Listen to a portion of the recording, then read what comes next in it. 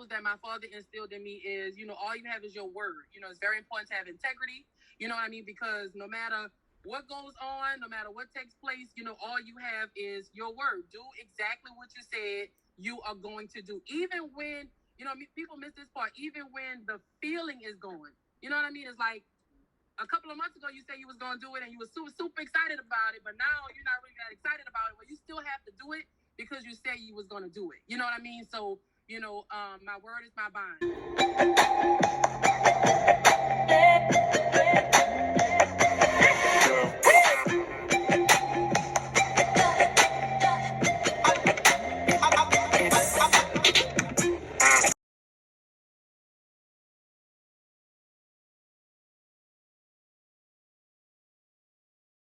Hey, Goldie, how are you? Hey, I'm good, my love. How are you? I'm doing well. Thank you so much for your patience. We made it, though. No problem. And first and foremost, I just want to thank you for being a guest here on Love Talk. I know I tried to get you on here. I think it was like in 2019, but so much happened. But we got you here today. And this month on Love Talk, it's Women Supporting Women in honor of Women's History Month. And when I was going through just a list of people who I wanted to be here on Love Talk, you instantly came to mind because I've been following you for a long time. And with you being a serial entrepreneur, a wife, a mom, a visionary, a trailblazer, a community anchor, a motivational speaker, social media strategist, life insurance plug, somebody that's creative and consistent. And that's just to name a few. I knew you would have been the perfect person to be here on Love Talk. So thank you so much for being here. I mean, that list just sounds really long. But you do a lot of meaningful stuff. So that's perfect person. So some topics I just want us to talk about here today is you being a serial entrepreneur, how you balance it all. Like you said, it does sound like a lot. I want to talk about you being a community leader and most importantly, Nola Black Wall Street. But before we jump into the heart of things, what city and state are you tuning in from? New Orleans, Louisiana. Yes. Okay. And Goldie, I just said so much about you, the titles that you have, but just tell us a little bit about yourself. So my favorite titles I have is wife and mom. I've been married going on October will make 12 years. I've been married. And I have 5 beautiful kids. So wife and mom, of course, is my favorite 2 titles. Because before I was an entrepreneur, before I was a motivational speaker and community leader, I was a mom and a wife. So that's my absolute favorite titles.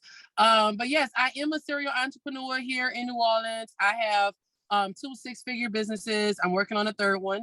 I am definitely a community leader. I'm the founder of Nola Black Wall Street, which is a nonprofit 501c3 organization here in the community, created to basically redo or rebuild the original Black Wall Street that our ancestors built in Tulsa, Oklahoma. But I wanted to put like a Nola spin to it, if that makes sense, because I was truly inspired by the original Black Wall Street and how, we had everything that we needed inside of our own community. And I am a motivational speaker. That's one of my favorite titles. I'm anointed to motivate and to encourage and to inspire, especially entrepreneurs. So that's something that I do as well. So yeah, I have a lot of titles. I wear many hats, but I don't really feel it because when you're walking in your purpose, and when you are, like people say, you understood the assignment. When you understand your divine assignment, God gives you like a grace. You know what I mean? He gives you favor, you know what I mean, to do the things that he's calling you to do. So, I mean, I'm not going to say I don't get overwhelmed because I am human, right? And I am a woman, so I do have emotions. But it's not to the point where, I'm like, oh my God, I'm ready to give up. You know what I mean? So I have fun with every title.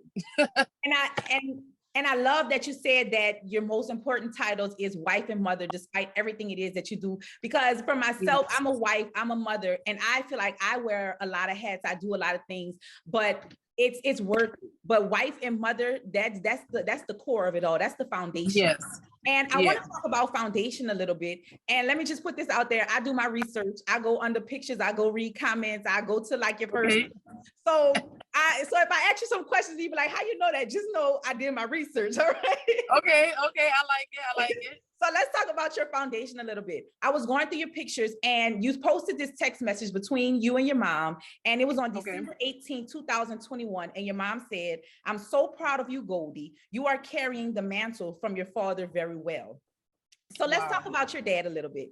I know your dad, your father passed away and he was a legend. He graduated, correct me if I'm wrong, he graduated from LB Landry, from Grambling State University, and he also was a Saints player. And you also stated on another post, you said that my father is a legend in my book. So what principles did your dad instill in you so that you were able to carry the torch after his passing? Wow, yeah, you definitely did your research. And this is the first interview that I ever did where people actually asked me about my father. So that, like, I really, really like that because, you know, he is part of my why. He's part of the reason why I do what I do. First of all, I am extremely competitive because of him. You know, like you said, he did get a full scholarship to Grambling, you know, and to get drafted to the team from your home state, you know what I mean? From your home city is a very big deal. Not only people get drafted and go, you know, other places, you know, so for me, that's one of the reasons why I call him a legend because, you know, he was born, he was almost 15 pounds at birth and, you know, he just wasn't big for nothing. Like he took time to develop a skill, you know what I mean? To get really good at it, to play, because everybody don't play on a professional level, you know what I mean? So I am extremely competitive because of my dad, but in a healthy way. I'm probably the most competitive female that you would ever meet, you know, like as far as like hitting my goals and, you know, making sure I smash my things I want to accomplish within the deadline. Like I'm really big on that type of stuff. You know, if somebody tell me I can't do something, you know, like underestimating me is the worst thing you can do because I'm gonna compete with your statement to make sure that I get it done. You know what I mean? Not necessarily compete with you, but I compete with what you said I wouldn't do, you know? So, also, you know, one of the principles that my father instilled in me is, you know, all you have is your word. You know, it's very important to have integrity, you know what I mean? Because no matter what goes on, no matter what takes place, you know, all you have is your word. Do exactly what you said you are going to do. Even when, you know, people miss this part, even when the feeling is going, you know what I mean? It's like a couple of months ago, you said you was going to do it and you were super, super excited about it, but now you're not really that excited about it. Well, you still have to do it because you said you was going to do it. You know what I mean? So, you know, my word is my bond. You know, that's something that I definitely got from him. And then I grew up watching, I never saw my father work a job ever. I never saw my mom work a job until after my dad died. So I was raised by entrepreneurs. You know what I mean? Like all my dad did was build businesses. Like I watched my daddy like cross the $1 million mark twice as an entrepreneur. You know what I mean? So that's a very big deal. And then I watched him be a community philanthropist. You know, after he came back from the Saints, he got hurt. Obviously, you know, he went back to LB Landry and he bought everybody brand new band uniforms. I seen him donate $10,000 to Landry and $20,000. And, you know, so he didn't just make it, but he literally went back to where he was from. And I watched him give to the community like day in and day out. Like it was so bad, you know, to like crackheads was knocking on our door because they knew if they went to him, he wasn't going to just give them the money, but he was going to give them something to do to earn the money. Yes. You know what I mean? Because he wanted to help everybody. He helped politicians. He helped community leaders, the crackheads, like anybody in his area, in his community, he helped them in some way, form or fashion, you know? So in my book, he's a legend. And I think everybody should look at their dad like that. But, you know, I got a lot of trophies and awards and proof to back it up that he literally, you know, was what we like to call an LJS legend. And I'm smiling so hard because one thing that you said is that you saw him doing this. You saw him doing this. Yeah. And it brought to my mind that you have 5 kids and your kids are seeing you and your husband do all of these things. So the principles that your dad instilled in you, you all are instilling in your kids. And I got goosebumps now because I always say kids see everything.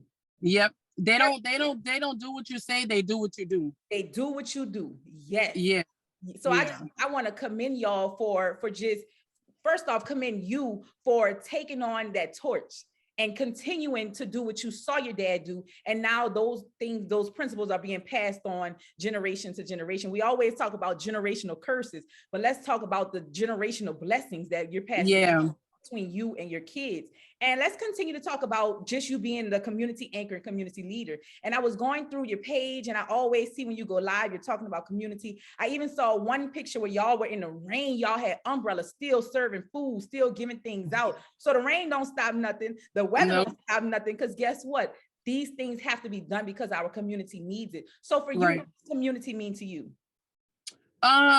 I mean, community for me, one word that comes to mind is village. You know, when I was growing up, like my community was my village. You know what I mean? Like my neighbors looked out for me. You know what I mean? The grandmas down the street looked out for me. You know what I mean? If they saw you doing something you wasn't supposed to be doing, you know, they'd be like, I'm gonna tell Big Cliff on you. You know what I mean? You better go back down the street. So my community means village. And I really want to do my best to, you know, especially let my generation know, and the generations coming after me know, that your community is your village. You have somebody, some type of anchor or leader or neighbor or somebody that is going to be there for you. You know what I mean? Like back in the day, child, you run out of sugar, you go next door. You know what I mean? Like if your baby needed some wipes, you go to the mom down the street and get some wipes. You know what I mean? And we kind of got away from that. You know what I mean? So that's why after Hurricane Ida, I was gun-ho about passing out diapers and wipes and milk, and not just the average stuff that people was passing out. I was going to the store getting stuff that the moms needed, you know what I mean, that the grandmothers needed, you know, to let them know, like, yeah, we dealing with another devastation. Yeah, we don't have lights and people lost it all, but you still have a village around you that's going to make sure you don't have to cry tonight behind how you going to get diapers for your baby. You know what I mean? So that's what it means to me, to my core. Like I grew up with a village. Like to this day, if I see my neighbors, even though I don't live next door to them no more, it's the same type of love. We still hug each other. We still kiss each other. Like, oh my God, you know, how you been?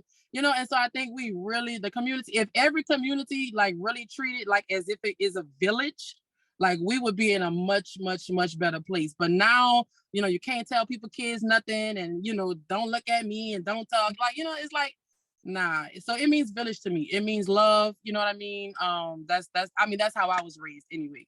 So how do we get back to village? I know you said that you do things like, you know, you give out the Pampers and different things that you do to, you know, to continue that village legacy. But for everybody else who, because honestly, we're not in that mindset anymore. Like you said, don't tell my kid nothing. And if I don't have it, then I can't go to my neighbor because they gonna look at me crazy, you know, because we're all just so fearful of being judged. That's what I feel as though. Right. So how do we get back to the village?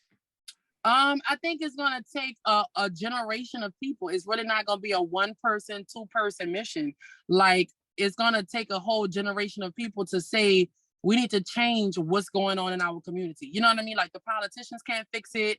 Like we have to take control of our community and start literally, you know, make a decision, a collective decision though. You know what I mean? It's gonna take hundreds of us, thousands of us saying enough is enough. Like our children are killing each other. You know what I mean? The children are killing our grandparents. You know what I mean? And so collectively, we just have to make a decision to get on the same page, because that's what they fear. They fear African Americans collectively coming together and uniting. That's where our strength is. You know what I mean? And so they love that we're all against each other, and you going that way, I'm going that way. You know what I mean? And so I just think that it's going to take a generation of people. I don't know what generation it's going to be. I don't know if it's going to be my generation or, you know, our kids, or, you know, but it's going to take a generation of people, in my opinion, that is sick and tired of being sick and tired.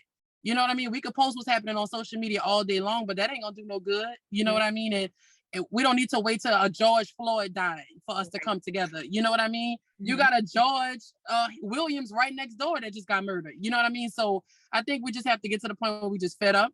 And we need to really, really come together and make a decision, you know what I mean, to rebuild the village for the sake of our grandchildren. You know what I mean? It's really, my oldest is 12, you know, and that's the age group between like 10 and like 15, 16 that we need to try to save. But what about the generation that's coming behind them? After that, you know what I mean? So I think we need to have a more futuristic mindset of, we got grandkids coming one day, you know what I mean? And what do we want them to be born into?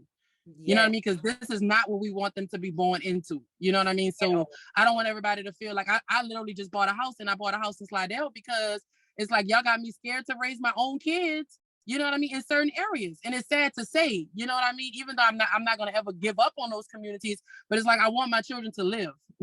You know what I mean? And we should have to have that attitude. Like we have to move away from the city, you know, in order to give our children some type of chance at life. You know what I mean? So, yeah, it's really no right answer or one answer to rebuild the village, but I mean, that's my personal opinion, you know?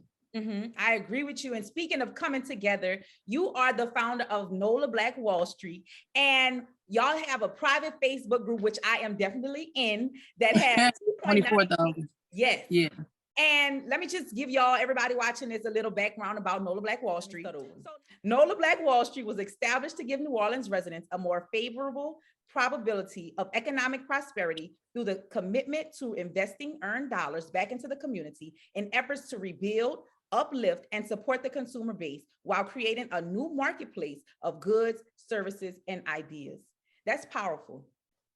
Yes. That's so powerful. And just seeing the birth of it and the beginning of it, because like I said, I've been following you on Instagram for a long time. And I see how y'all, I don't know what it's called, but y'all get together on a certain weekend and y'all go support a business and y'all sell this business out. And it's just powerful to see what we can do when we come together in numbers. So how was Nola Black Wall Street birthed?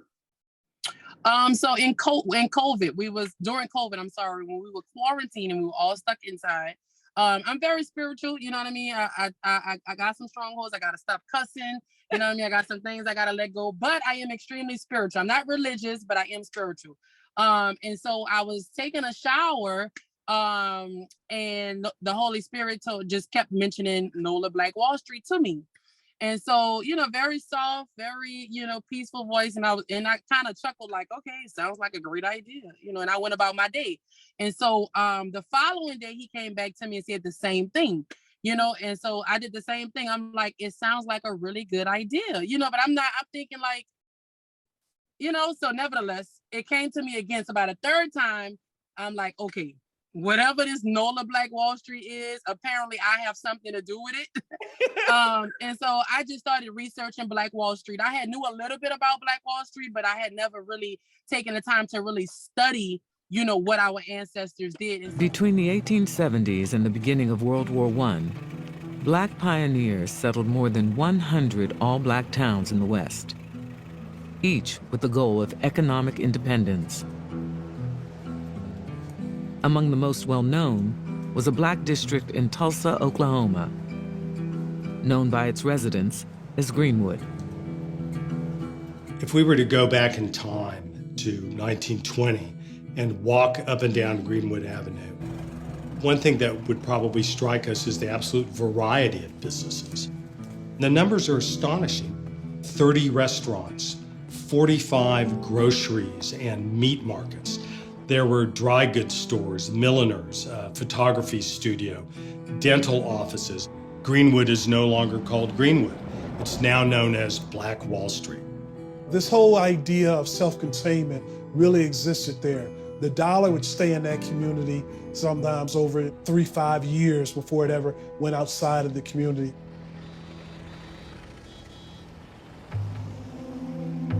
In 1919, Black soldiers returned from World War I with high expectations for racial progress at home. But in one city after another, white mobs erupted in violence, targeting Black veterans, citizens, and businesses. Hundreds died. On Tulsa's Black Wall Street, African Americans, including armed veterans, watched nervously and prepared for what might come. Countering this white militancy is very much an African-American spirit of we're going to defend ourselves. If the mob comes, we're not going to run, we've got our guns, and we're going to protect ourselves. And that was especially important and valuable and potent in Greenwood. On May 30th, 1921, the mob came to Greenwood. This white woman is in an elevator and this Black teenager allegedly whistles at her or talks to her. He is taken to jail.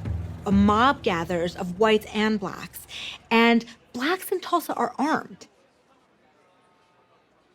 They take their Second Amendment rights seriously, and they come with guns. And this is a threat. Someone fires into the crowd, and the riot is born. This was not about the whistling boy in the elevator. This was about Blacks becoming too economically powerful and showing that wealth in a way that anyone would by creating buildings and constructing churches and having property. There was a whistle that blew, and then the mass invasion and the destruction of Greenwood began. When the smoke cleared in the early morning of June 1st, 1921, Black Wall Street lay in ruins. This is by far the largest single incident of racial violence in all of American history.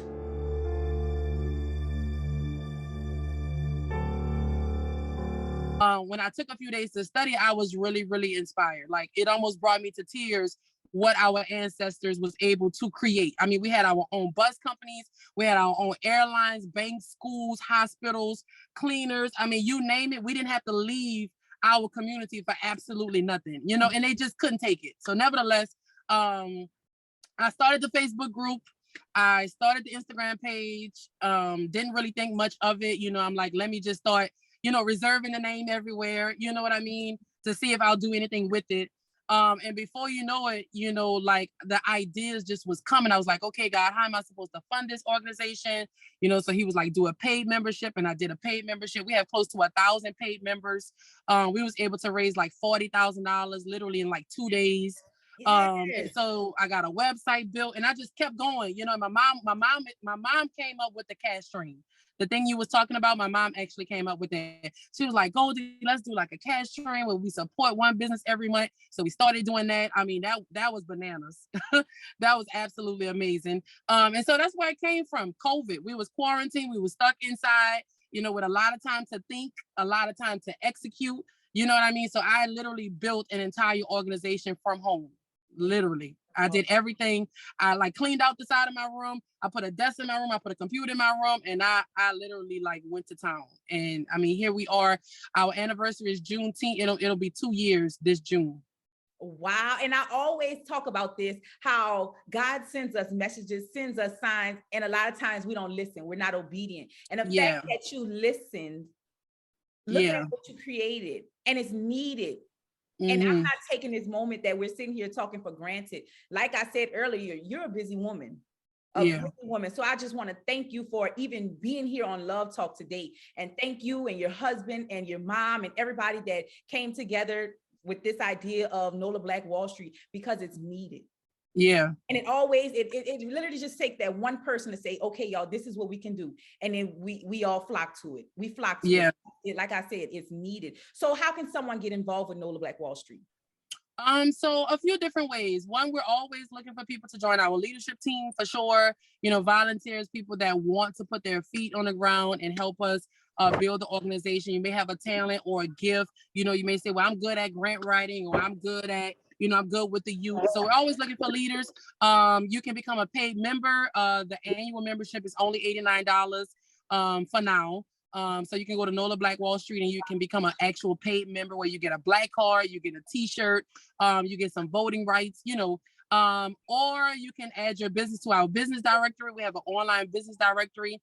That's one way that we try to circulate the Black dollars inside of our community. Anytime we need anything, we'll go to the directory first. And then if we don't have it, then we, you know, take it outside of our community. So there's a lot of different ways you can get involved. I mean, you can just join the Facebook group and you don't have to you don't have to pay, you know, you can just join the movement, you know what I mean? And whenever we have events, we actually have an event tomorrow. Whenever we have events, you know what I mean? You can just come through. And so, yeah, it's a lot of different ways you can join, but first step is definitely get into the Facebook group. So you don't miss nothing. We're always doing community initiatives. We're always doing business classes, business workshops. We have so much we want to do. Honestly, we just, like the Bible say is the laborer, the harvest is plentiful, but the laborers are few. So we're always looking for people that want to work. You know what I mean? Like, it's good to say what the community needs, but then when it's time to put the work in, you know, that's a whole different story. So we're always looking for people that want to give back. You know, because our youth, they're not going to save themselves. You know what I mean? We have to save them. So it's a lot of different ways you can get involved for sure. But NolaBlackWallStreet.com, everything is on the website. everything. And I'll make sure I post all of that in this video and also down below so people can, get involved and learn more about Nola Black Wall Street. And we're going to wrap things up here shortly, but I want to talk a little bit about you being a serial entrepreneur, being that you are the mother, you are the wife, you're the motivational speaker, you're the mentor, you have a lot of different businesses going on. So currently, as a serial entrepreneur, what businesses do you currently have? So I have a financial services business. I've been licensed to do life insurance and investments for this month, actually make 9 years. So that is my bread and butter. I absolutely love helping families get covered with life insurance and set up college funds for their kids and retirement accounts and things like that. And so that's one of my businesses. But then as of about 3 or 4 years ago, I became a social media strategist and brand manager. I do social media management because I've been doing it for a very long time, but I was just doing it on the side. Like I would just help my friends and help people who needed, help with their social media. But then I realized that, man, like I'm really good at it. Like I started helping people build 6 and 7 figure businesses, and really scale their sales to the next level. Like seriously, I helped an entrepreneur make 6 figures in like 2 days, So I started my marketing Lambert Family Enterprise, where now I actually have a website, and I really, really help entrepreneurs, just create strategies for digital marketing, social media marketing, branding, just helping them, because a lot of people want to be in business, but they don't really know like where to start, or what to do, how do I generate sales? How do I create a sales funnel? How do I create a website? How do I get an LLC and a DUNS number? How do I build business credit? So I help, and if I don't have the resource, or if I don't know how to do what they need, then of course I always point them to the right person that can assist. But that's my 2 businesses. As of now, I'm actually about to launch a luxury eyewear business, because of course I've been wearing glasses since, and nobody knows this, so you're the first to know this, I've been wearing glasses since like kindergarten.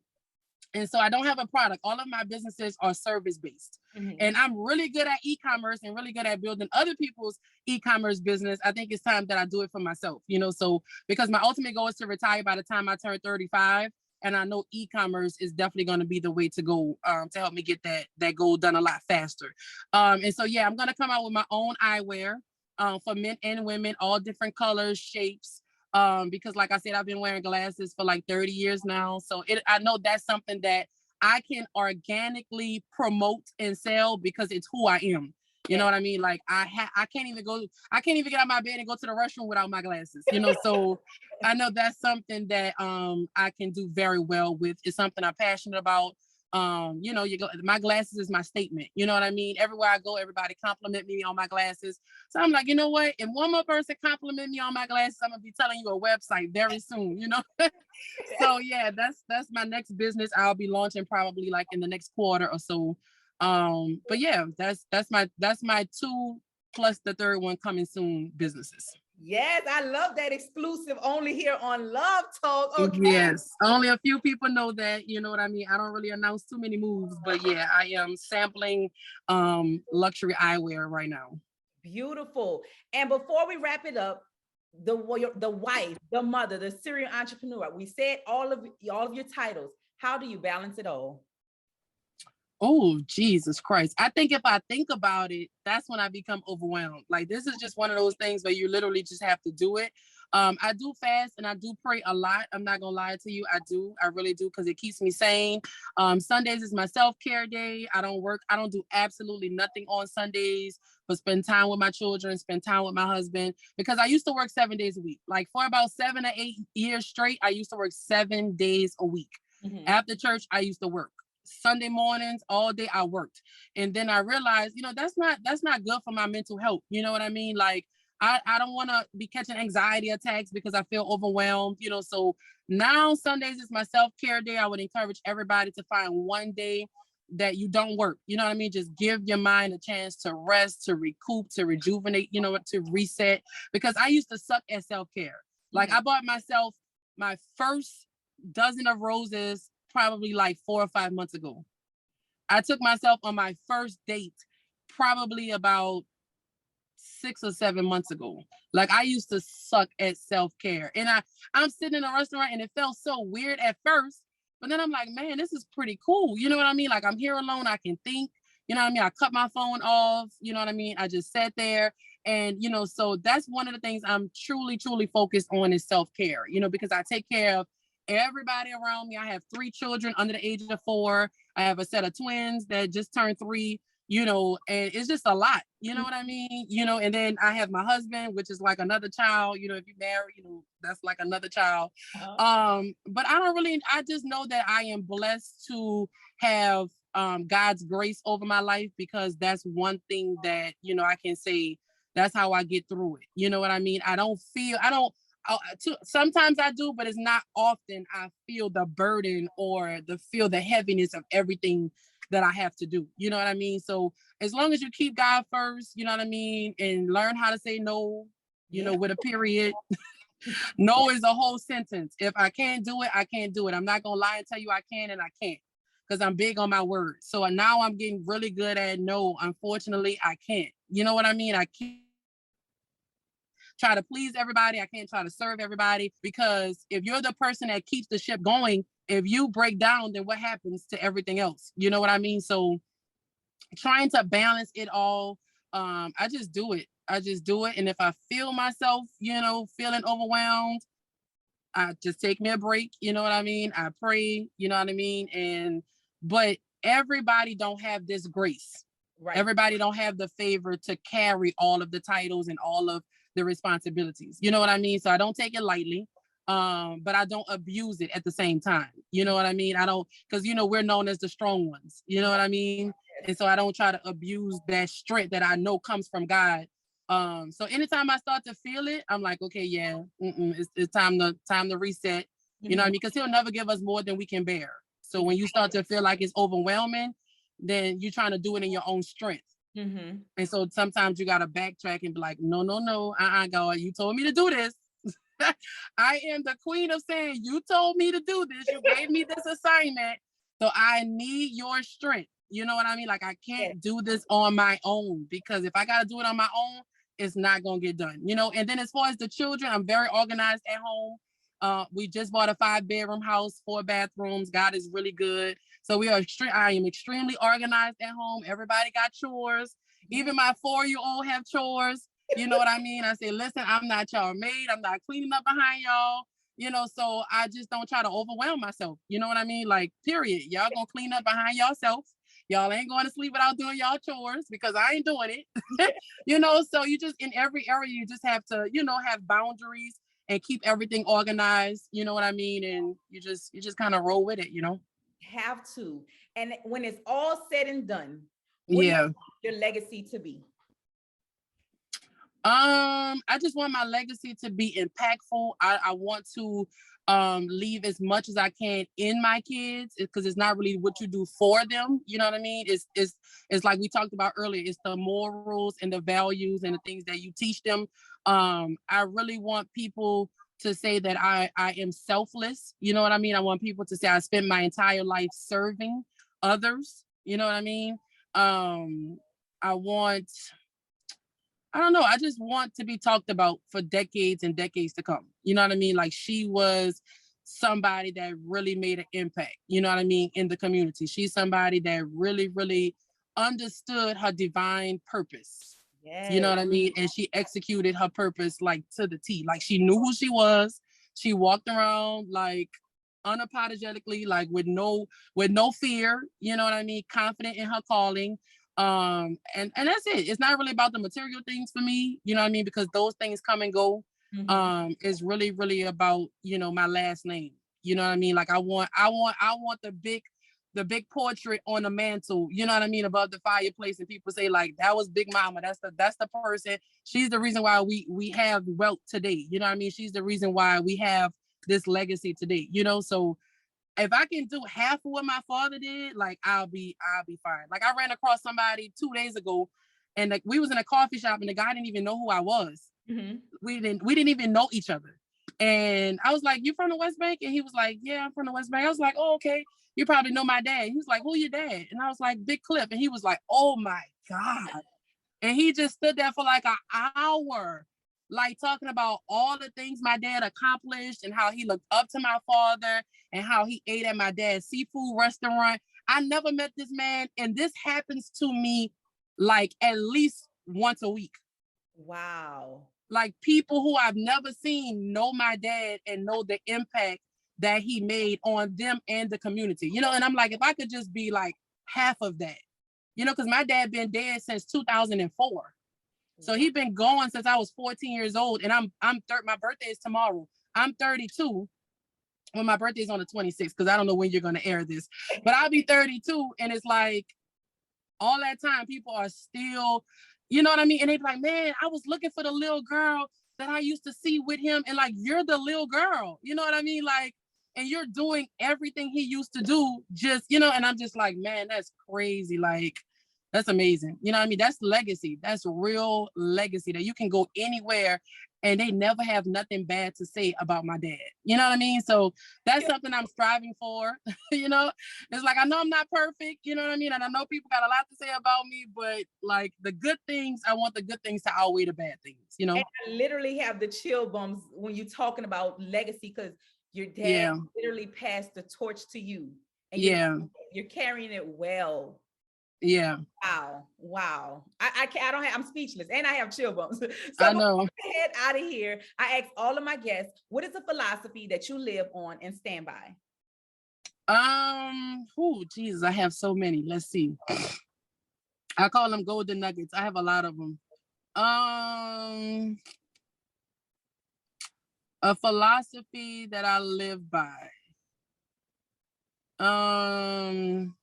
One philosophy that I live by is not what happens to you, is when it happens to you.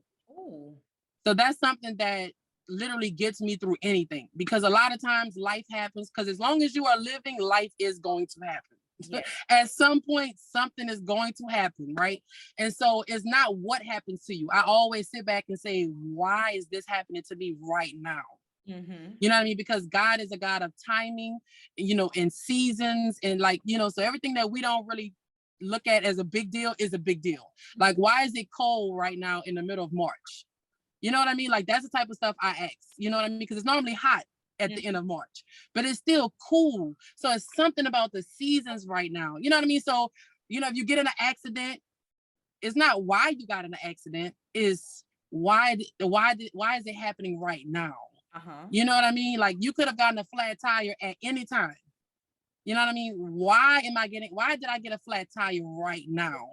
You know what I mean? So I always use that philosophy no matter what. Like, no matter what happens, like, that's why I can kind of smile and laugh my way through a lot of stuff, because it's like, this could have happened any day, anytime. You know what I mean? Why right now? Like, why today? You know, so when we was in the middle of quarantine, I was like, okay, God, why do you want me to start Nola Black Wall Street right now? You know what I mean? Like, when I opened up the nail salon, why do you want me to do that right now? You know what I mean? Like, so always just ask yourself that. And even when it could be like, you feel like you could be experiencing a debt, you could be experiencing a sickness, you can be experiencing, you know, a breakup, heartache, pain, anything. Always don't ask yourself, why me? You know what I mean? Like, why not me, but why today? So then, you know, it just kind of gives you a different, and then you start to ask questions, and eventually you'll get the answer. You know what I mean? It may take days or months, sometimes even years, for you to get the answer to it, but it'll all make sense eventually. You know what I mean? So that's a philosophy amongst plenty other ones that I live by. You know what I mean? Yes. And you said that's your golden nugget. I feel like you've been giving us golden nuggets throughout this whole love talk. And with your name being Goldie, I see why you're a social media strategist. So give us golden nuggets. Okay. Yeah. And my daughter name is Golden. My middle child name is Golden. Oh, so cute. So before we head out of here, I just want to open up the floor to you to say whatever it is that is on your heart. I mean, at the end of the day, you know, I think everybody should figure out what they are put on this earth to do. I think that is crucial. You know, I think a lot of people walk around lost, stuck, discouraged, you know, feeling defeated, wanting to give up, because they really don't know their purpose. You know what I mean? We all have a purpose that's bigger than us. You know what I mean? And once you really, really, really tap into your purpose, like, I mean, things would just change. You know what I mean? Like, the light bulb would just go off, and it'll just make so much sense. You know what I mean? But until that happens, it's kind of like you just kind of like going with the wind. You just wake up, you know what I mean? Whatever happens, happens, versus living intentionally because you truly believe that I'm a vessel and I'm actually here to do something. You know what I mean? Like we're all here to do something, to impact somebody. You know what I mean? And so that's why I'm able to walk around so confident, because I know why I'm here. Mm-hmm. You know what I mean? So I think everybody needs to do that. Like, I don't care if you need to fast, if you need to pray, if you need to meditate every day, if you need to start writing in a journal or something, because until you figure out what your purpose is, you just don't feel meaningful. You just feel, you know, that you're just existing, you know what I mean? Versus really living. You feel like you don't have no identity. You don't have a purpose. You know what I mean? So, and then once that happens, I think a lot of the turmoil and a lot of the crime and a lot of the jealousy and a lot of the envy and a lot of the stuff that we deal with, we wouldn't have to deal with. Because if you know your purpose and I know my purpose, there's no reason for me to be jealous of you and you jealous of me. You know what I mean? I don't have to steal from you. I don't have to talk about you. I don't have to hate you, because you know who you are and I know who I am. And I know what's for me is for me and what's for you is for you. And we can walk boldly, confidently next to each other, even if we do the same thing. You know what I mean? So that would be, that's always on my heart to share. Like, I just want to help everybody find their purpose. And that's something that I'm really good at. And I feel good knowing that I help people find their purpose, because then you can take care of your family better.